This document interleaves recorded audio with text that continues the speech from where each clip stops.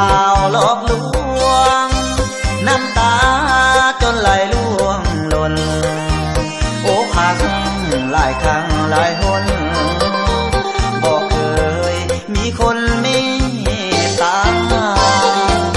อายจึงมาหาแก้วตาสวยผัวแผ่ให้จงสวยปิ่นปัวหัวใจอย่าได้ตอกย้ำอีกนะคนที่จริงใจคือได้ความซ้ำกลับมาหากแท้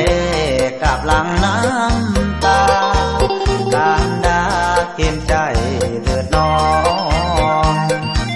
เสื้ออายเถิดลาอายบอกเคยตัวผู้ใดมีแต่ถือเขา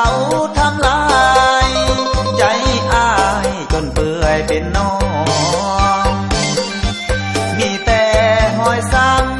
ำอายเจ็บจนน้ำตานองถ้าหากสาวใดหมายปองอายขอจับจองน้องนา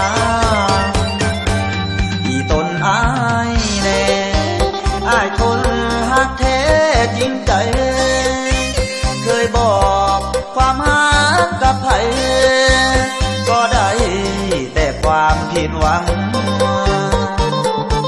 เคยห้ามหัวใจแต่ห้ามทอได้บอกฟังสุดท้ายมีแต่ผิดหวังน้องนางอีตนอายแน่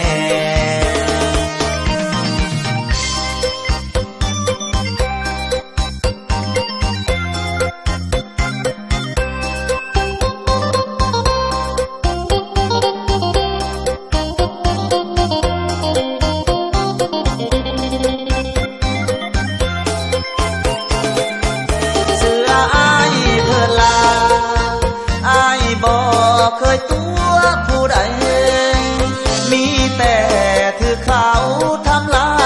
ยใจอายจนเปื่อยเป็นน้อง